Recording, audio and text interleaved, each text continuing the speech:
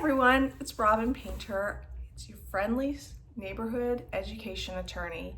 And I'm here on a Friday evening just to drop a little bit of knowledge on y'all about extended school year services, otherwise known as ESY.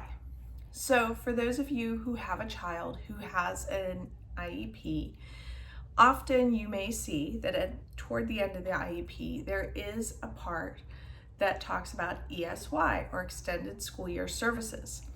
A lot of IEP teams go through the IEP process and just check no on this as a matter of course.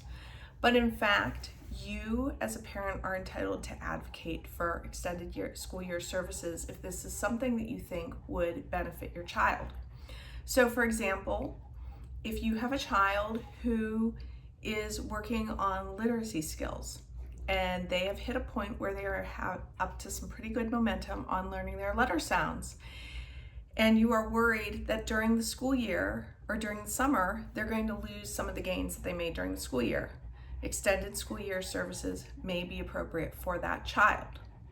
On the other hand, if you have a child who historically has a history of losing ground over the summer and testing much lower at the beginning of the school year on their STAR exams or on their MAP scores, then extended school year may be something that would benefit you.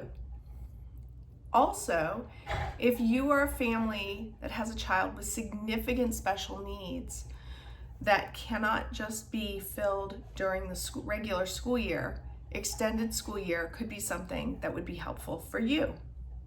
So here are a few facts about extended school year. It is available for a child under an individualized education program if that child is at risk of regression, if that child has made significant gains and potentially the summer is a time in which they could further those gains, or if it is a child who has such significant needs that they cannot be served during the regular school year. Those are the three criteria. Typically, it's easiest to show that your child is in danger of regression. And once the issue is raised, I've seen very few school districts balk at the idea of extended school year. So what does extended school year entail for a child? Extended school year really means it can be delivered in one of two ways. So usually school districts will have some sort of extended school year program. And typically it meets in June. Typically it can go 4 to 6 weeks during the summer and meet 1 or 2 days a week. This is the model I've seen. It's usually offered at a central location in the district. In some districts, that extended school year is offered only at the high school, and they have kids of all ages come and partake of classes. In some districts, they parse it out. Elementary school, middle schools, and high school kids go to different locations. In some counties, they send all kids with significant special needs to one location. And sometimes you can get extended school year services delivered in the community. These are a little more difficult to get because it is usually one-on-one instruction delivered in a location of your choice, such as a library or some other public setting that is not strictly a school-based setting. The key here is a readily accessible public setting that feels safe and reliable for the school district. So think about a place that's outside of your home for these services to be delivered. The other thing to think about with extended school year services is that if you do sign up for them, it's good to know that you are going to be available for those services. So if you are going to request extended school year services, do find out when your school offers those services, when your district offers those services, and try to plan your family vacation if you take one in the summer around that time.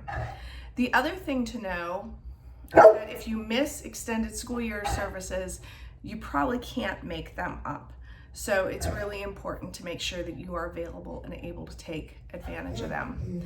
Sometimes extended school year services can be really fun for your kid because they can involve different learning modalities, different school personnel, and different settings, which can really stimulate your kid and provide a different level of learning. For kids who have dyslexia, dyscalculia, or other specific learning disabilities, particularly when they're in their younger years and acquiring the base level skills in those areas, extended school year can make sure that they don't backslide during the summer in a way that really is going to set them back even further after they've made significant progress. It is important with the IEP team that for extended school years services that you do set appropriate IEP goals for the amount of time your kid will be in ESY. So a good example is if your kid is working on literacy skills and certain consonant sounds, to set goals around other consonant or letter sounds or potentially syllable sounds during the summer so that your child has access to a continuum of education that kind of follows on what they've been learning during the semester. You don't want your ESY skills to be exactly the same thing that your kid was learning during the semester, because hopefully your child will have progressed. On the other hand, you probably don't want your ESY skills to be super ambitious because it is summer after all.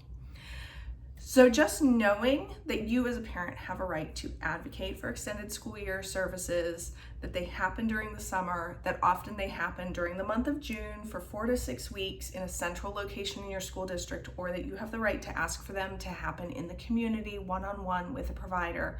Hopefully this information empowers you to look into extended school year services in your area, to make a real decision about whether your child will benefit from them. And hopefully I'm giving you this information in time that you can plan your summer vacation or getaway for a time that would not interfere with extended school year services. I know it's the end of the year, it's IEP season. April and May is always super booked for me.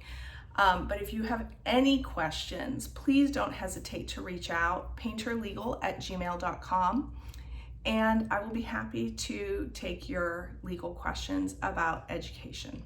Thanks so much, and I hope you guys have a wonderful weekend. Bye-bye.